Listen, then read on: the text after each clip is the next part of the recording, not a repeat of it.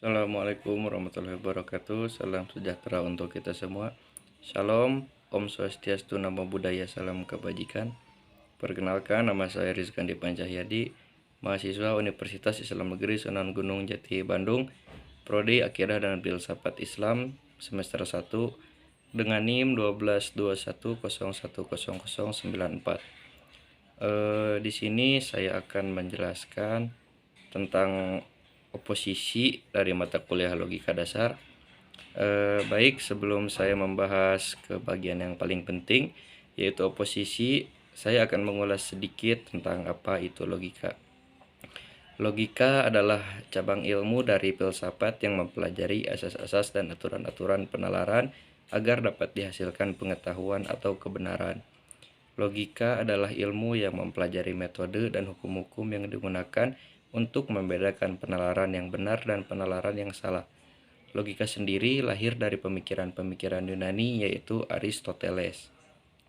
Nah, dalam logika ini kita akan menjelaskan dan mempelajari sebuah bab tentang oposisi yang dalam logika diartikan dengan pertentangan antara dua pernyataan atas dasar pengolahan masalah yang sama. Nah, yang mana hubungan di dalamnya terkandung benar dan salah terhadap dua pernyataan yang diperbandingkan. Sebelum lanjut, saya akan menjelaskan beberapa poin penting mungkin.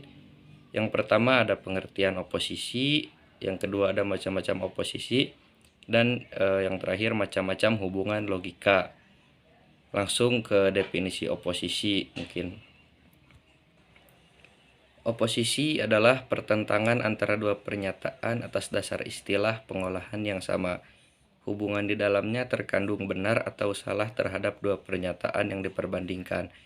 Adapun dua terminal yang diperbandingkan atau dihubungkan itu dapat juga keduanya dibentuk terminal yang terdiri dari satu term, dan dapat juga keduanya dibentuk pernyataan yang terdiri dari dua term sebagai subjek dan predikat. Adanya oposisi ini dibedakan menjadi dua, yaitu oposisi term atau oposisi sederhana dan oposisi dua term atau oposisi kompleks. Mungkin seperti itu definisi dari oposisi. Lanjut ke pembahasan kedua, yaitu ada macam-macam oposisi. Oposisi dibedakan menjadi dua macam, yaitu oposisi satu term dan oposisi dua term. Yang pertama, oposisi satu term atau oposisi sederhana. Oposisi ini adalah yang menghubungkan logis antara dua pernyataan posisi tunggal atas dasar term yang sama, tetapi perbedaan dalam kualitas dan kuantitas. Term satu-satunya di sini yang merupakan predikat. Contohnya,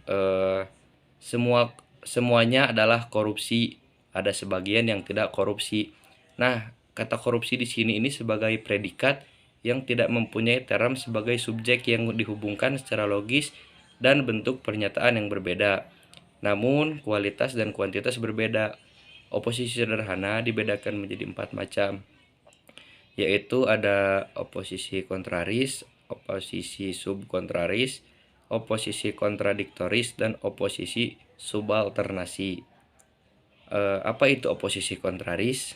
Oposisi kontraris yaitu pertentangan antara dua pernyataan universal atas dasar satu istilah yang sama, tetapi kualitasnya berbeda. Hukumnya, bila pernyataan yang satu benar, yang lain pasti salah. Bila pernyataan yang satu salah, maka yang lain juga dapat benar dan dapat juga salah. Contohnya, semuanya adalah korupsi, semuanya tidak ada yang korupsi. Dan yang kedua, oposisi subkontraris.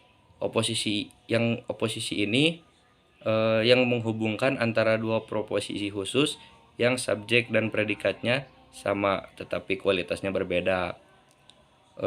Hukumnya, bila satu pernyataan salah, maka yang lain dapat diakui benar. Bila port yang satu benar, maka yang lain dapat benar dan dapat juga salah. Contohnya, sebagian adalah sarjana hukum, sebagian bukan sarjana hukum. Yang ketiga ada kontradiktoris oposisi. Kontradiktoris oposisi di mana satu menyangkal apa yang diakui oleh orang lain, atau ciri dari lawan ini ialah tidak mungkin keduanya benar atau keduanya salah. Contoh, manusia semua terpelajar, beberapa manusia tidak terpelajar. Yang keempat ada oposisi subalternasi. Oposisi ini yang bertentangan terdapat antara dua proposisi yang subjek dan predikatnya sama, tetapi kuantitasnya berbeda. Subalternasi ini mempunyai 3 ciri. Yang pertama, bisa benar dan salah lainnya, bisa sama-sama benar, bisa sama-sama salah. Contoh, semua adalah pemberontak. Ada sebagian yang memberontak. Nah, jadi ini contoh dari oposisi subalternasi. Yang kedua, dari macam-macam oposisi ada kompleks oposisi. Oposisi ini yang menghubungkan logis antara dua pernyataan atas dasar dua term yang sama sebagai subjek dan predikat, tetapi berbeda dalam kuantitas atau kualitasnya atau berbeda kedua-duanya. Contoh, semua peserta tes bimbingan di Malang ingin masuk perguruan tinggi. Ada peserta tes bimbingan di Malang yang tidak ingin masuk perguruan tinggi. Oposisi kompleks dibagi menjadi 3, yaitu oposisi paralel, oposisi kontradiktoris, dan oposisi eksklusif. Apa itu oposisi paralel? Oposisi paralel itu hubungan antara dua port tertentu dengan dua term yang sama berbeda dalam kualitasnya di dalam pertentangan dua pangkalan khususnya ini.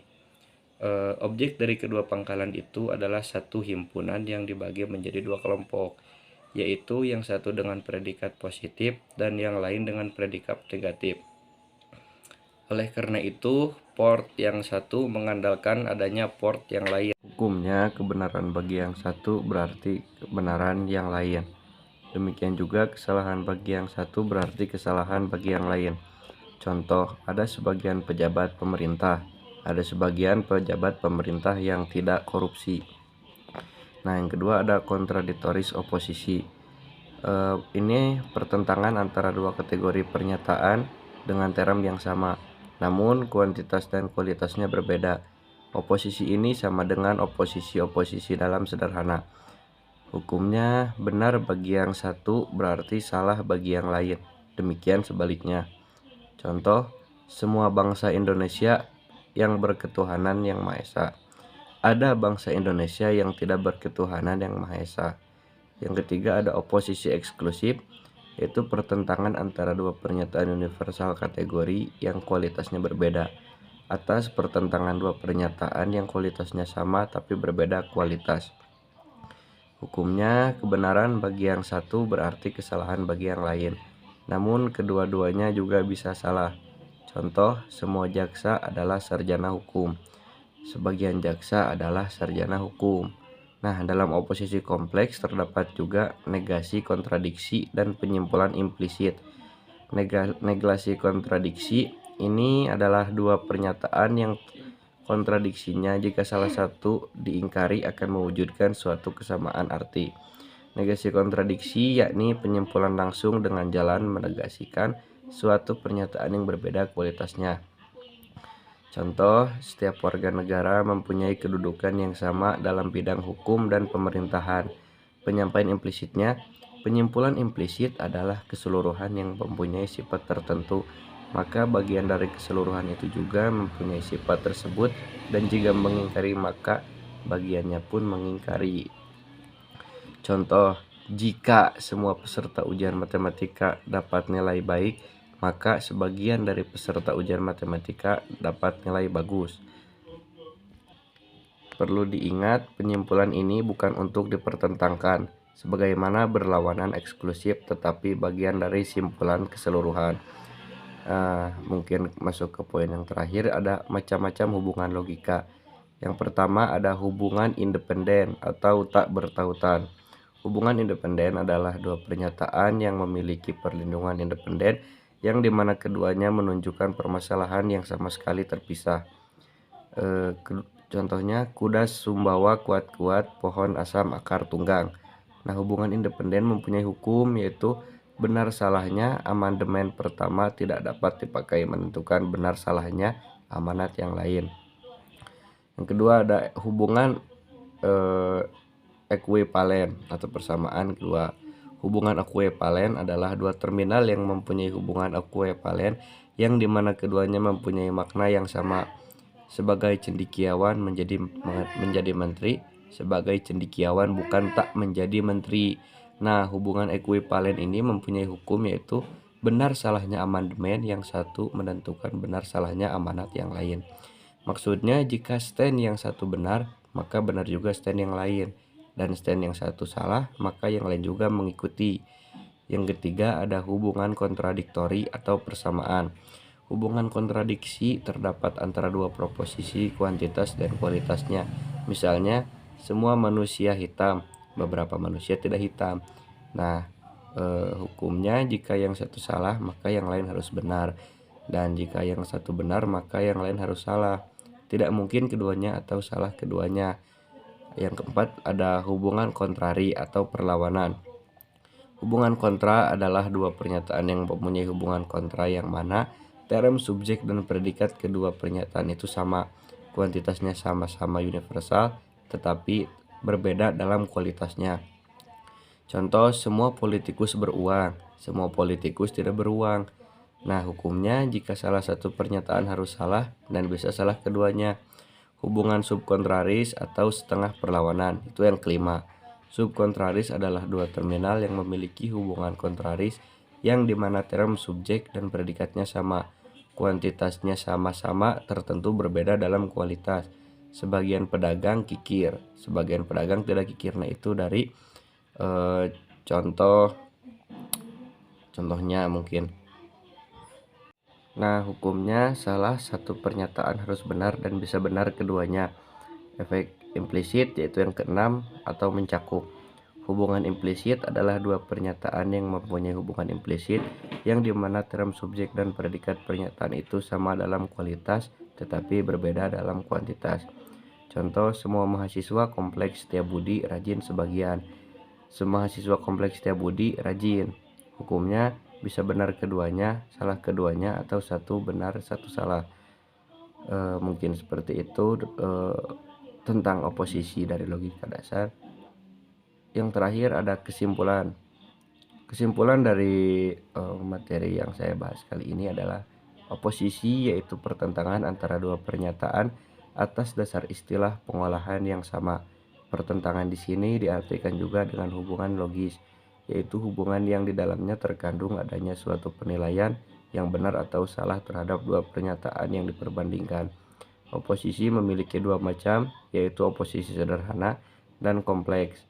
Oposisi sederhana dibedakan menjadi 4 macam, yaitu oposisi kontraris, oposisi subkontraris, oposisi kontradiktoris, dan oposisi subalternasi. Sedangkan oposisi kompleks memiliki 3 macam, yaitu oposisi paralel, oposisi kontradiktoris, oposisi eksklusif, negasi kontradiksi, dan penyimpulan implisit. Nah, logika sendiri mempunyai macam-macam hubungan, yaitu hubungan independen, hubungan ekuivalen, hubungan kontradiktoro, hubungan kontrari, dan hubungan kontrari.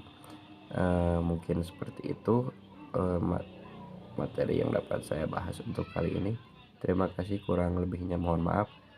Assalamualaikum warahmatullahi wabarakatuh.